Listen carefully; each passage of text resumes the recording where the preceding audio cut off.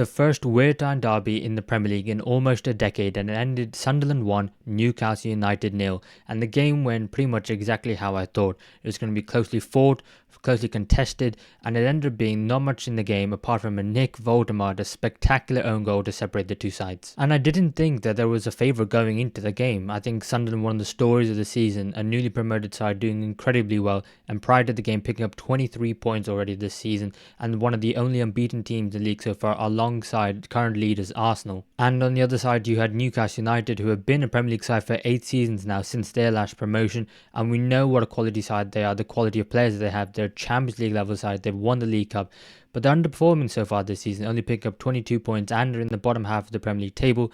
Plus the fact their miserable away record, they've only got 4 points away from home this season.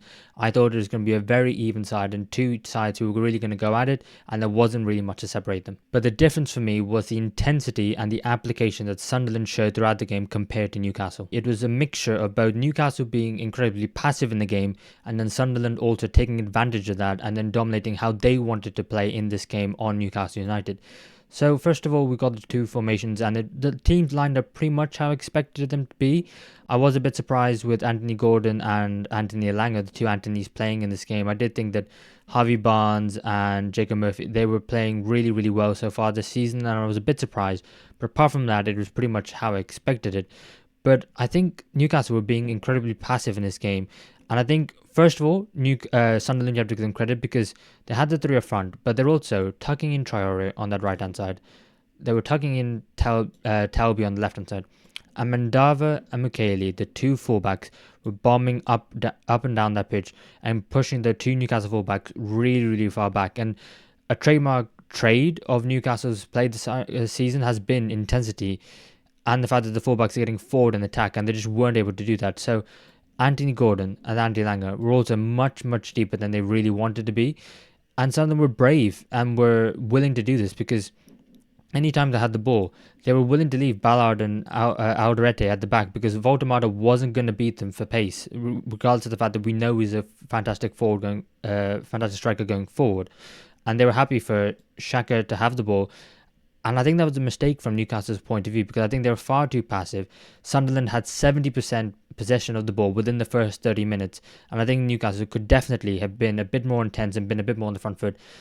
But I think they showed Sunderland far too much respect. And this is early on in the game when Sunderland have the ball. And you can see here how deep Newcastle are and how passive they're being when Sunderland do have the ball. And you've got the back four for Newcastle here in very deep position. You've got the midfield. You've only got there Bruno Guimaraes. She's looking to jump out and do something. And then, of course, you've got the big man up front in Woltemade. And Sunderland, like I said here, I showed you on the Tactics Board, which, by the way, the JLA Tactics Board, a link to it will be in the description below. I highly recommend it. And you can see for Sunderland, you've got Traore here tucking in. You've got Mukiele up there, a very high position on the right-hand side. And his man, Anthony Gordon, is all the way over there. So he doesn't mind leaving him and going forward and trying to force him to go back the other way. You've got Brobby here. You've actually got the left-back Mandava in a position out here off screen, which you can't see.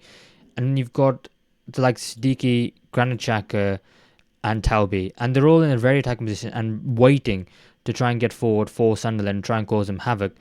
In this particular instance, it doesn't quite work out because Sunderland lose the ball. Alderete decides to just gives the ball away to Bruno Guimaraes. He tries to nutmeg him to try and get the ball in between his legs. It doesn't quite work out, and Newcastle counter. But I think the issue is Newcastle were very poor in this game in terms of when I talked about intensity and application. Their application of what they were trying to do failed completely, I thought.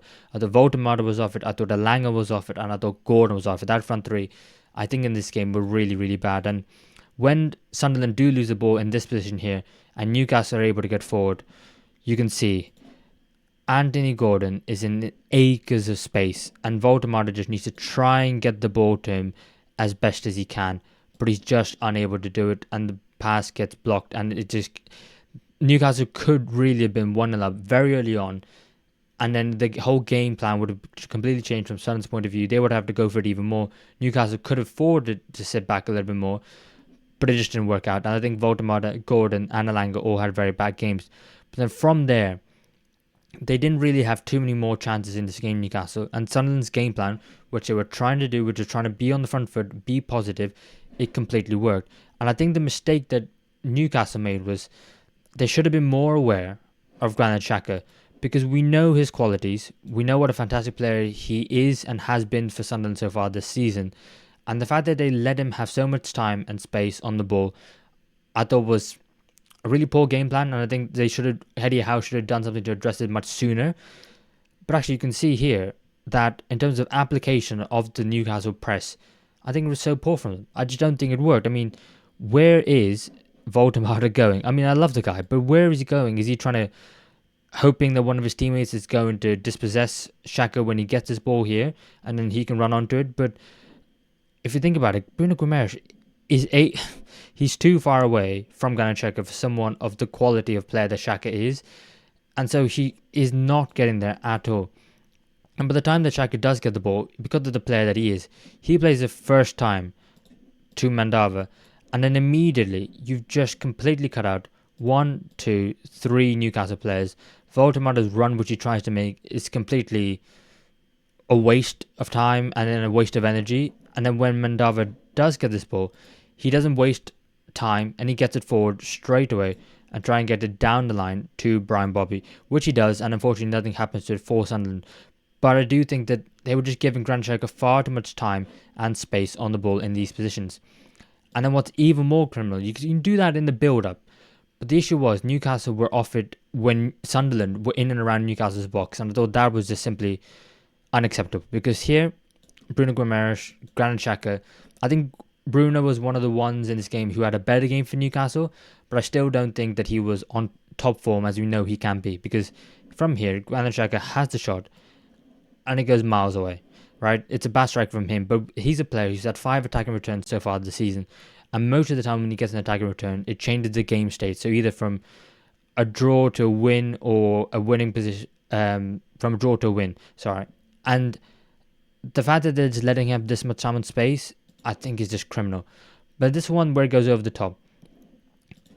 3 Sunderland players are in the box, and you've got 3 Newcastle players, so it's okay. It's man for man, 3 on 3. But that's a warning shot. You can't let that happen again. But they do. Granit Xhaka this time, instead of having the shot, and he's not even in picture here actually, but he does get the ball in. He does arch it all the way to Dan Ballard at the back post. But again, you can see 1, 2, 3, 4 Newcastle players here versus 1, 2, 3, 4 Sunderland players here. So Sunderland are throwing men into the box. They're having as many men going forward as Newcastle have in defence. And this was one of the best chances in the entire game. In the game which didn't have too many chances that Sunderland had to score. And arguably Dan Ballard with his quality could have scored here, put Sunderland 1-0 up. But thankfully Voldemade did it for them at the second half. And I do want to talk about Voldemade and Anthony Gordon and Anthony Elanga, because like I said, they weren't great in this game. Because again, there wasn't really too much between the two sides. And I think it was all about fine margins. And ultimately, Sunderland got a little bit of luck. But I think they earned it because of how intensely they were pressing and playing and tackling. And the all-round general play. And the lack of application from Newcastle. Because when we talk about in the derby match, what's really, really important is to win your duels. And in this game, Nicholas Voldemade, he won only 2 out of his 10 duels in the entire game. And I do feel a little bit bad for him because I think he's played a lot of minutes so far this season. And I think coming against Ballard and Alderete, he didn't have much help from his wingers, who, again, I think were the wrong wingers to be playing in this game. I do like Gordon, I do like Elanga, but I think they've been poor so far this season. And if you compare Voldemade to Brian Brobby, the striker at the other end of the pitch, he won the second most duels in this entire game. He won 9 out of 14 duels. Compare that to 2 versus 10. Again, they didn't have massive impacts going 4-3 to the sides, but it was the fact that Brobby was doing a much better job of linking up play with the rest of his Sunderland teammates, getting involved with them, and Voldemade was just so isolated and unable to essentially get any help from any of the other players. I think that was really, really poor. But when we also talk about winning your duels in the derby, I want to talk about this right-hand side, because, well, Talby is essentially there, Mandava's there, even though they're both very high up on the pitch on the left-hand side. But really, Anthony Elanga in this game had 6 duels, won 0. Tino Livramento, a player I really, really like, 5 duels, won none of them. If your right hand side is not winning any duels in the game of football up to the 57th minute before Anthony Elanga comes off the pitch and Jacob Murphy comes on, that is incredibly, incredibly worrying. And the fact that Eddie Howe left it till the 57th minute to change that right hand side, and then he did eventually, if I get rid of that, he did eventually also change this left hand side as well, of Gordon against Mukiele, and he had to. But Gordon was having a slightly better time with it, won 3 out of his 6 duels, so 50%, better than what we've seen from Woltemade, better than what we've seen from Elanga, and better than what we saw from Livramento in this game. But Mukiele, I think, Traore, Mandava, Talbi, in terms of the left-hand side, the wide areas, and the right-hand side, Newcastle were getting completely, in my opinion, destroyed. And ultimately, it is what kind of led to the goal. That and the set piece. Sunderland come out at the start of the second half and are really positive. And again, they have that intensity and intent to go out there and win this game of football. I do have to question maybe the setup a little bit from this long throw, because from Newcastle's perspective, yes, they've dealt with the initial long throw, but they've dealt really, really poorly to the second phase of the set piece. And as you can see here, I think clearly maybe Sunderland had highlighted something and they knew something was going on, because to have 3 players right on the edge and Newcastle have every single man in the box, maybe they were trying to win the second ball, but I think also ultimately Anthony Gordon not had a great game. Not many Newcastle players had, if we're being honest, but this clearance here is incredibly, incredibly poor. And you end up putting it to the feet of one of Sunderland's most dangerous players on the ball, outside the box as well, in the dangerous position that he's well known for in Granit Xhaka. And by the time he gets the ball, Mukiele, again, I think he had a fantastic game in this one, really pinned Andy Elanga back, and then also Harvey Barnes when he came on the pitch. But now in an attacking sense, he's here in acres of space and plenty of time to put a decent ball into the box. And we've got to talk about him, Nicholas Woltemade, because in this situation, he's here.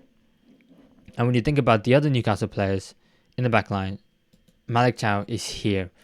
And I think that those couple of yards does make a massive, massive difference, because I think if he is on the same line as Chow here, I think he is able, because he's a very good head of the ball, I think he is able to put that ball out for a corner or even put it out for a throw-in.